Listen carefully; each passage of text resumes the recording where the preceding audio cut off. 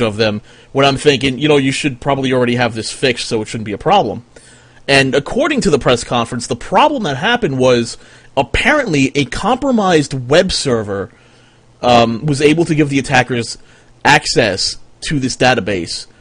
So the way they detailed it was each server was behind a firewall, and then the web server was in front of a firewall and also behind one.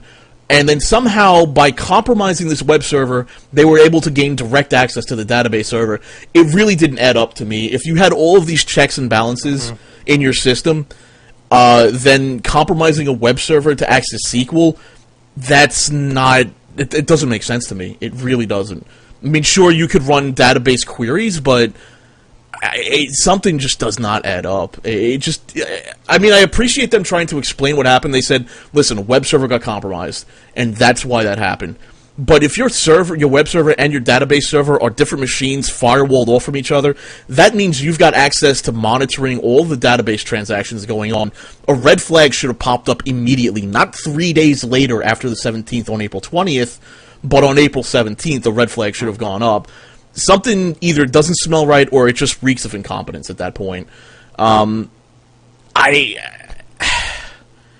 Listen, I don't trust them. I just don't trust them to do the right thing right now. Yeah. Now, they did do the right thing in coming out and saying, yes, we don't think the credit card numbers were stolen in the first attack, but just in case, you might want to keep an eye out. Now, the next one comes up with Sony Online Entertainment, and I'm thinking, these guys have no idea what they're doing. You've got two companies with two separate databases under the same umbrella, and they both pretty much have the same problem. And I'm starting to think, as a consumer, why would I ever trust you with any information? Oh, by the way, that might include my information, because as many of you on the stream may or may not know, I played DC Universe Online for like 5 minutes because I'm an idiot. So, how do I, as a person who has already potentially had my information compromised because of this, how do I go back and say, yes, I will give you my credit card? How do you, you're Sony Nash, you're talking directly to me and say, listen, Jason, I want your money, here's how I'm going to win it back. They're pretty much just going to have to give the farm. That anything and everything, and it's not in Sony's corporate culture to do that kind of thing. That's a bit of a problem. Well, would this work for you? Say you're in my position. Sony Online Entertainment is offering the DC Universe Online community a free Batman-inspired mask as part of its Make Good plan after its apparent attack. All impacted players will receive both the Batman mask, along with 30 days subscription credit plus 1 day for each day the service is unavailable. Now, no. That doesn't work for me. No, I'm sorry. You give me a costume piece... and the Batman mask, that costume piece is going to represent the Sony hacking mask. That's what it's going to become known as. I got my information stolen because of Sony. Thank you. Yeah. I need more, is what I'm saying. Mm-hmm. I need to be ensured that this doesn't happen again. And I need somebody to say to me, hey, listen, we've taken more steps to say this isn't going to happen. We have a new update policy, and we're going to keep our services up to date more often. And even if there is a 0-day attack that happens, we have encryption in place. We have stronger protocols in place for making DB access calls. We don't keep the database out in the open on the network, and anybody can access it at any time for any reason. Maybe, that would be nice if you could tell me that. Yeah. But as a security-conscious individual, I have to hear something, that they're going to do something differently procedurally. And you know what? I kind of want to know what their procedures are at this point. Because this is not... A Batman-inspired mask does not inspire confidence in me as a spending consumer. Yeah, you want to know what they did in the first place that enabled such a massive breach. I mean, I know we're talking text data, basically. Even if it's a spreadsheet database, it's still mostly text. We're not talking large files. But you'd think 100 million files? That would have taken a while for somebody to get that out of there.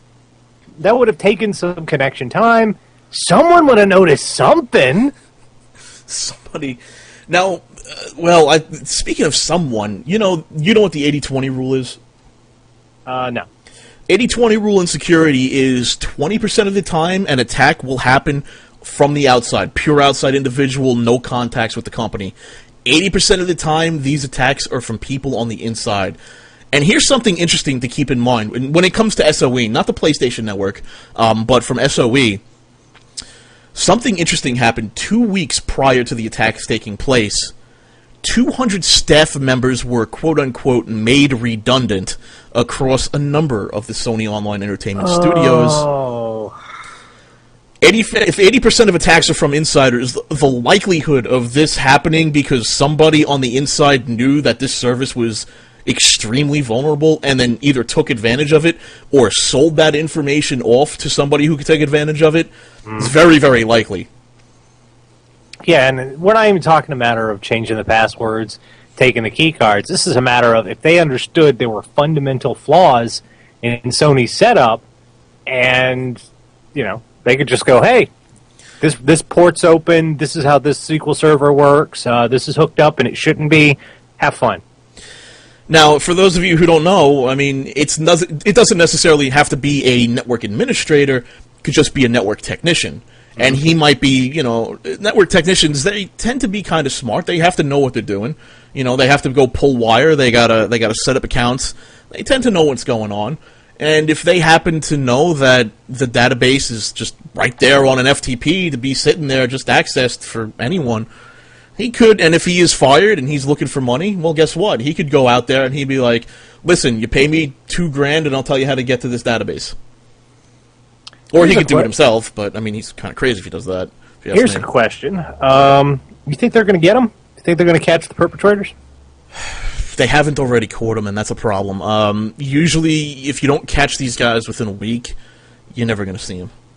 Unless they do something stupid and start bragging about it, or start selling it on the open market, which, by the way, I'm here to tell everyone, Nash, you too. Yeah. That story that was posted on Twitter by the Trend Micro guy about how hackers were supposedly selling the credit card information stolen from the PlayStation Network. Totally bogus. Completely bogus. I mean, do the math on this one. Yeah. 2.2 million credit cards and they claimed with CVV2 codes, the security codes on the back of the cards, for $100,000. Dude could easily get $4 million for that. Hands down, you get $4 million for that easy on the black market. There's no way. $100,000. So it was kind of disappointing to see the tech journalism community sort of latch onto that story. I guess maybe they were just really kind of hoping that the credit card information was leaked and they could just sort of jump on that and get hits. But I don't know. This whole thing has just been absolutely amazing to watch unfold. The speculation and the stories that just got ran without any credible background research, you mean? Yeah, I mean, well, not just that, but also watching the reaction from Sony. I mean, the reaction from Sony has been utterly astounding to me. They were mum's the word until their arms were twisted, and they were like, "Oh, okay, sorry." And then they have this press conference, which is a complete dog and pony show. I mean, this press conference was just BS. They just bow in there for like 3 minutes. Like, guys, stop doing that and start telling me what's going on. I'll give some press in the Japanese industry some credit. They did ask a couple of hard questions. They asked what exactly happened in terms, because they were very vague in terms of what happened. They just said a web server was compromised. And they specifically asked him, the web server was compromised, but don't you have security in place? And he completely the chief of security completely dodged the question by saying, we don't want to give any potential hackers out there, any potential criminals out there more ammunition to attack our services. And with that, yeah, that is ridiculous. That was ridiculous. The specifics of how security is set up is complex, but the basics of it, just explaining what's involved, is not going to tip off anybody. What you're saying right there is, if you won't answer that question, that is, number one, our stuff is weak. Number two, we haven't made any changes yet. Or number three, I don't understand how it works, so I can't explain it to you. As long as he could just say, listen, I'm an executive and I don't know how exactly it works, I'm just giving you a brief overview, then I could see it. You It can wouldn't tell. inspire confidence in me, but then I could see it. I think a lot of corporations kind of underestimate that the public can see through corporate speak, and they know when when someone's pulling the leg. They know when someone's feeding them BS. Yeah. I think to a larger extent we exist socially because we can cut through BS.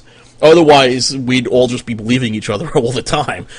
I mean, let's be honest. Do you believe everyone you meet all the time? Heck no. You can't. I mean, there is something innate about the human brain where it's like, dude, you're BSing me. Go away. Speaking of BS, the way Facebook handles DMCA notices. Oh yeah. That seems to be BS, dude. What do you got for me on this one? Okay, so this popped up middle of last week, and it affected a couple of notable tech web blogs like Ars Technica, NeoWin, names that everyone in the tech community knew. They, like many others, had their own Facebook pages set up for to generate traffic toward their website and whatnot. But they woke up Wednesday morning, I believe it was, and they discovered their Facebook pages were gone. Huh. They had received emails informing them that Ars Technica was infringing on copyright, and someone had made a copyright claim against them, and they needed to contact the person who made that copyright claim immediately. Huh. Now, ours was a little befuddled by this because nothing on their webpage belonged to anyone but Ars Technica. So they started digging, and they discovered how Facebook's DMCA takedown notice system works. Now, on a normal, reputable DMCA takedown system works as follows. Say you're on a site like YouTube or something along that, a large site that's gotten established. They want to maintain their safe harbor status as a provider for services. So they establish a system as thus. You put up a video, someone else sees it and says, hey, you're infringing on my copyright. YouTube will then take down that video and say to the person who posted it, well, this other party is claiming you're infringing on their copyright. You have the option at that point to tell YouTube, no, I'm not infringing, and they put it back up. At that point, it's up to the person who made the original copyright claim to move forward with legal options to sue you. That's how it's made to work. And everything stays up there until the legal issues are resolved. Facebook's is a little bit different. How it works is you get to a form. You can put in any email address you want. It does not need to be verified. I'm going to stress that. You can type in Bob at thisisnotarealemail.com. You don't happen to have the link to that Facebook DMCA takedown page, do you? I do not. I think it might be on ours site. Let me see. I'm going to find it. They may have changed it by now because they've gotten a lot of flack over this. Immediately after that claim is made, the page goes down. But instead of giving you the option to put it back up while the other party sues you, Facebook makes you contact the other party to get their permission to put the email up. I mean, to put your Facebook page back up. Right. If someone put in a fake email address, you are emailing a black hole. And until that person authorizes Facebook to put your page back up, it's not going back up. You have a catch-22 situation, you have an infinite loop, and essentially people can run around and pull down Facebook pages. Ooh, interesting. Can I pull down your Facebook page, Nash? Please don't. Actually, what is your Facebook? Give me your. Can I get your Facebook? I am not saying a word. Please, I'm on the page right now. No. Oh. No. I wonder if I could take down my own page and then respond to myself. We should test that. Now, what had been happening here was Ars Technica was taken down, NeoWin was taken down. A sex discussion blog, was taken down by a religious fundamentalist group who then went on their own webpage and bragged that they had done this on the eve of the royal wedding 50, that's 50, 50 political